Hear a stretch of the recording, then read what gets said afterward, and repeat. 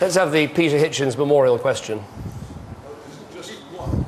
You can have as many as you like, mate.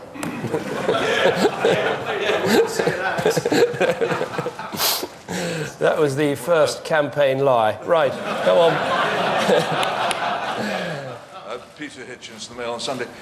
Would you say you were politically closer to Nick Clegg or to Norman Tebbit?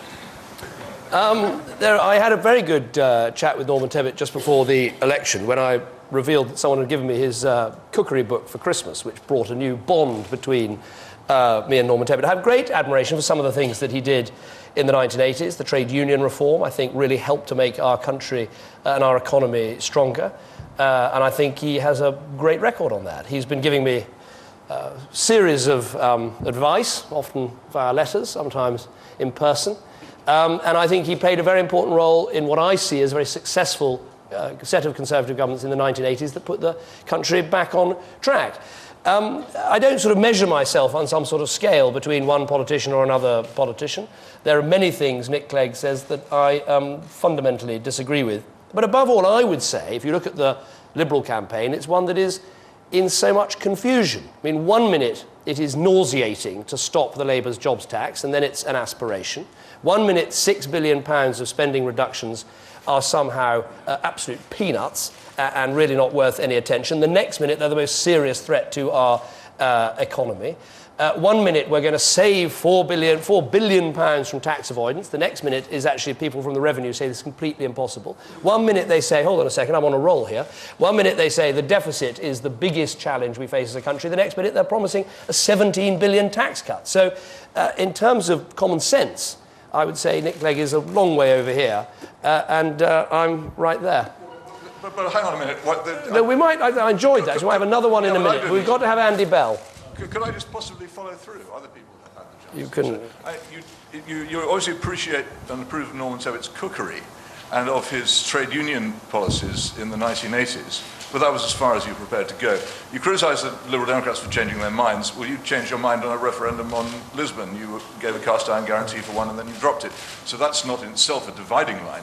The question was, are you closer to Nick Clegg, and is your party closer to Nick Clegg than it is to Norman Tebbit? And I don't believe you answered it any more than you answered the question on whether you're going to rule out. I think I gave PR. Right. I think I gave a beautiful answer. Andy Bell. Thanks, Andy Bell, 5 News.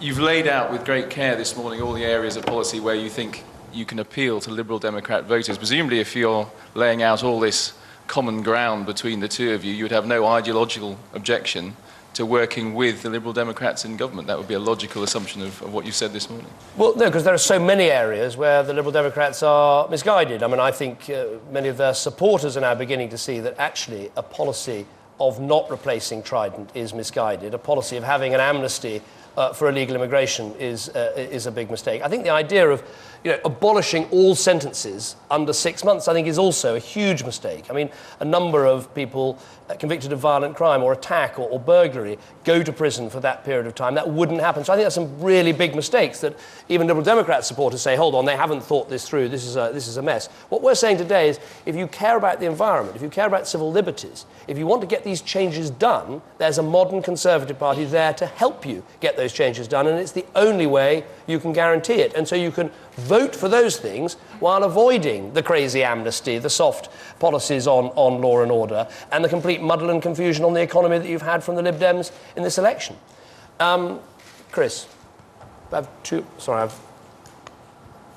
Chris Shipp from ITV News. Mr Cameron, you spoke about extending your battleground just now. The truth is it not, that this new strategy to target Labour seats is being forced upon you because the Liberal Democrat ones you thought would fall into your lap are no longer going to come your way. So can I ask you this? Are you still delighted, or are you now horrified that the TV debate's blown open this campaign? I can't understand how this strategy could possibly have been forced on me. This is an opportunity to target seats like Morley and Outwood and to extend our range of targets in the north of England and across the Midlands. This is an opportunity to win more constituencies, and I think it shows a campaign that is professional, that's well run, that is energetic, that's out there, that's having proper meetings amongst the people, not sort of wandering from safe house to safe house as the Prime Minister seems to be doing. And so we're delighted that we're actually able to target seats we weren't previously targeting. It's a great opportunity. As for the TV TV debates. I mean, I've been arguing for these for 4 years. I think I challenged Tony Blair about it. I challenged Gordon Brown about it. I think in a modern democracy, you should have television debates. Now, of course, it gives opportunities to third parties, and of course, it throws elections wide open. That is a challenge, but, you know, winning an election is not meant to be easy. It's meant to be a challenge. You've got to convince people, and I think we have everything to play for in these last 10 days. You can see, I think the Conservative campaign is the one with the energy and the momentum. We have to keep that going for these last 10 days and focus people's minds on the real choice. If you want change at this coming election, the only way to be sure of change is a Conservative government. Otherwise, you could easily end up with 5 more years of Gordon Brown, no change at all, and not getting the things that you were promised in these manifestos. I take one more, Darshini. Sorry. Darshini David, Sky News. Mr Cameron, if you're already telling us a few of the details about how you're going to save on public spending, things like a pay freeze, for example, that would just save a fraction of the money you need to find. If you've got enough details about the shape of public spending to tell us you can save £6 billion straight off, why can't you tell us more details about the bigger plan?